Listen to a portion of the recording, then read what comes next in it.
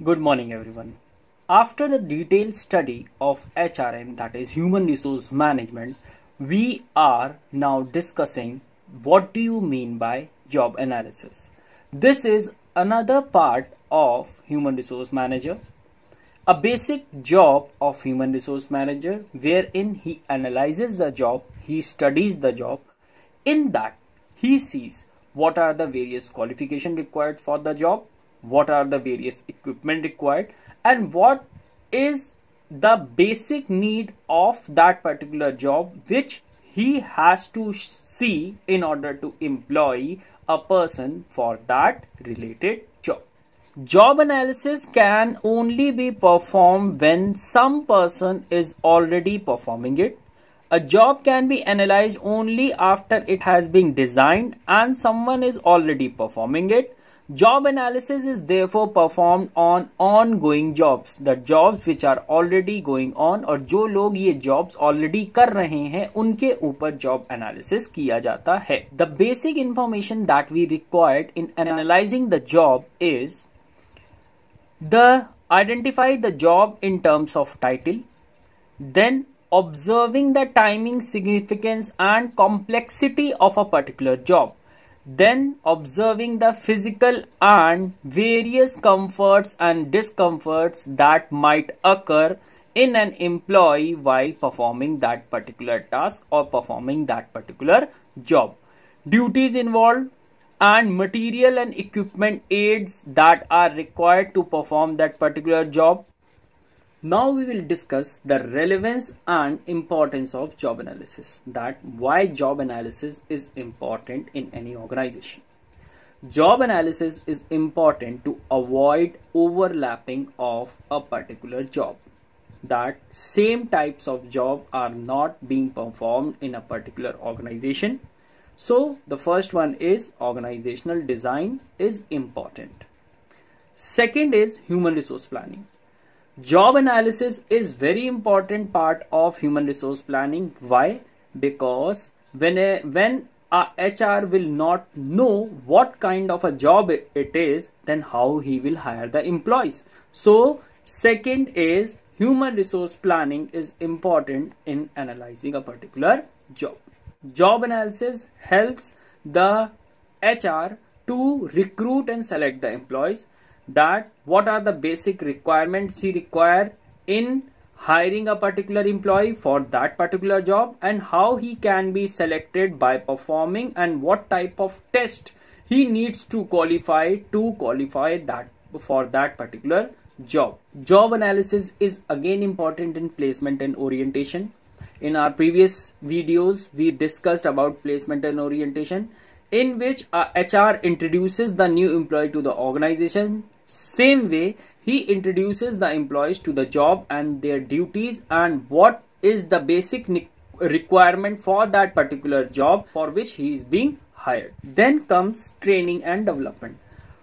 Why training and development is required in job analysis? See, whenever an employee is being hired for a particular skills, for example, an accountant is hired, he knows about Tally. He knows what is Tally and how to operate Tally, but the personal software of the company, he needs to be trained. He is required to be trained for that particular software, and basic knowledge of the subject you have, and if you have the basic knowledge, then only you can be trained and developed according to the needs of the job as well as needs of the organization. Again, job analysis is done in order to give the performance appraisal to the employees, that your performance will be judged, and after judging your performance you will be appraised for that particular job. An employee can be judged according to the standard set, and his actual performance can be compared with the standards. Job analysis is also necessary in job design to know the basic requirements for that particular job and to enhance or increase the productivity of that particular job. After job analysis, the job can be designed in such a way which reduces the cost and increases the productivity of that particular job. Job analysis is also necessary for job evaluation. Why? Because to know what salary should be given to that particular employee, and what are the various complexities of the job. According to that, your salary will be designed and your reward will be decided by the organization. Labor relations. Job analysis is important to analyze the relationship of yours with the other laborers working in the organization, that how you are interconnected and how you will be required by the others and others will be required by you in a particular job. Grievances and problems with the laborers can also be solved through job analysis. Then employee counseling. Employee counseling can be done in order to make the employee realize the various growth prospects in that particular job and how he can grow in the organization and what are the relative jobs that he can do in that particular organization which are related to his particular job. Then health and safety, a very important point in this, that health and safety is also important. Whenever we will analyze a particular job, we will come to know what are the health issues or what are the safety issues that are necessary in performing that particular job, so we can provide the proper safety equipment to our employees whenever they are performing that particular job. Now, after analyzing the job comes the two important points, that are job description and job specification. Job description is descriptive in nature, which defines the scope and nature of a particular job. It defines the location, task, duties, responsibilities, working condition, hazards, as well as relationship with other jobs are defined in job description. How it is to be done, what is to be done, and why it is to be done are the three basic important questions that a job description answers. So job description is important document as it helps to identify the job and gives the clear idea of what the job is. Now, what is job specification? Job specification is the qualities, the special qualities you can say required for that particular job. For example, we can take that everyone knows computers, but special knowledge of programming language Java or C++ gives you the job specification. You know the language, but specifically you should know Java. That is job specification for a particular job. It can be any type of quality. It can be height, it can be weight, it can be mental skills, it can be behavior skills, it can be any type of skills which can be termed as an specification required for a particular job. If you want to do a job in airways, you need to have a proper height. There is a certain criteria of height, there is a certain criteria of weight. Same way in armed forces, there are certain specification of height, weight and physical qualities. Now let us understand the difference between job description and job specification.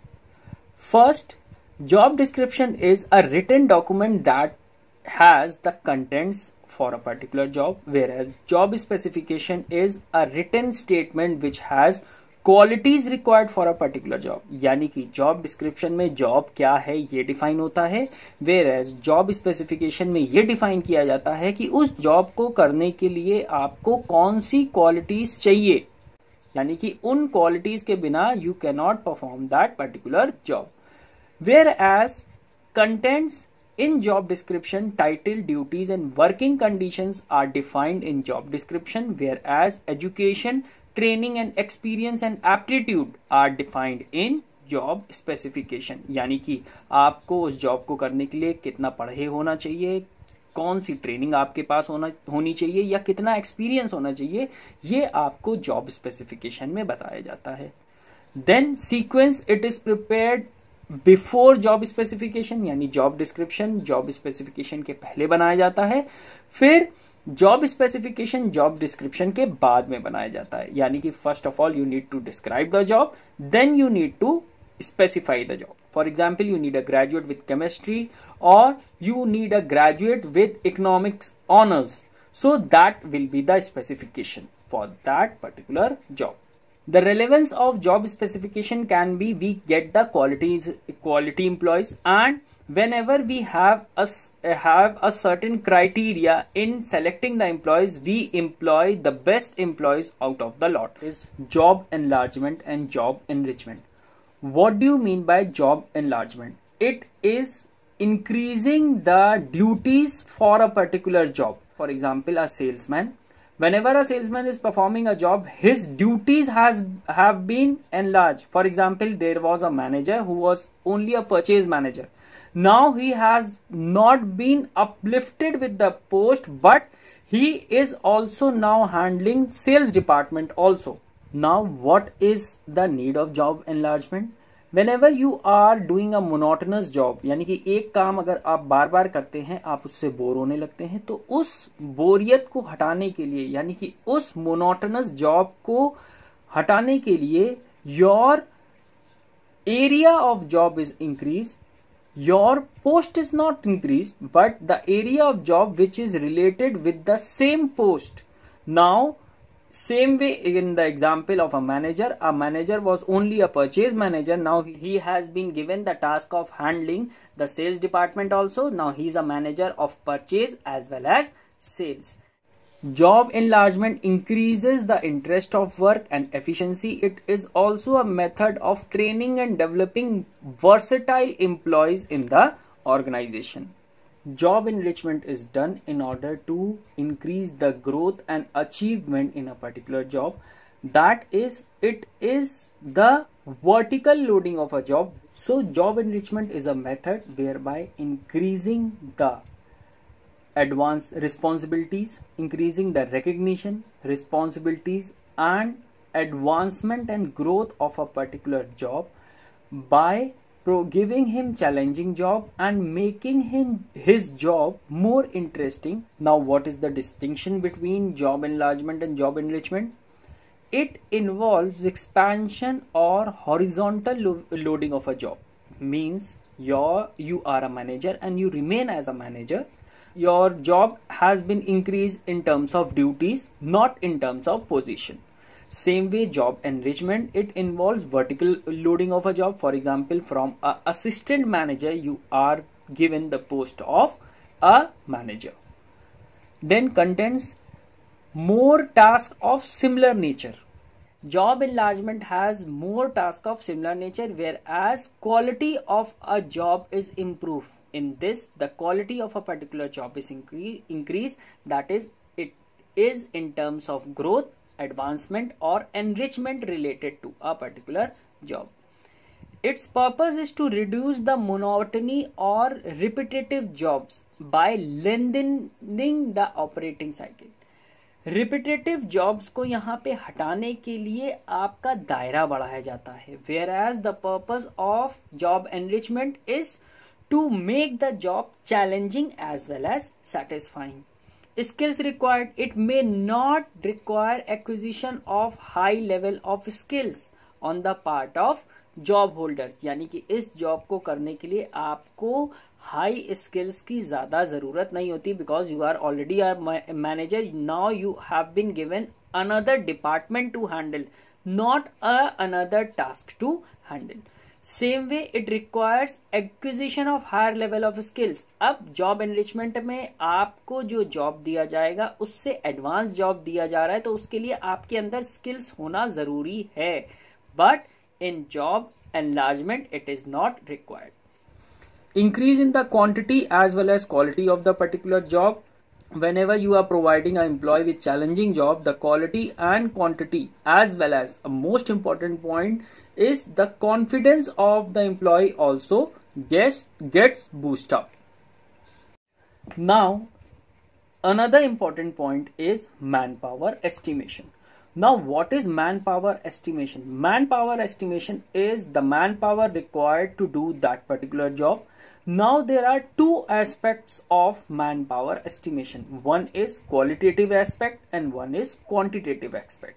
Quantitative aspect, we see the quantity or the number of employees required in performing that particular job, and qualitative aspect is when we require the quality of employees to do that particular job. Quantitative aspect, as told, is done to find out the number of employees to do a particular job. That, for example, in an organization, what are the number of employees that you need in doing that particular job. The quantitative aspect has two types of analysis. One is workload analysis and one is workforce analysis. Now let us understand what is workload analysis. In workload analysis, we need to find out how many employees are required in performing a particular job. For example, in an organization, we required 5 people to do a particular job. For example, we are making car. To make one car, we need 5 employees.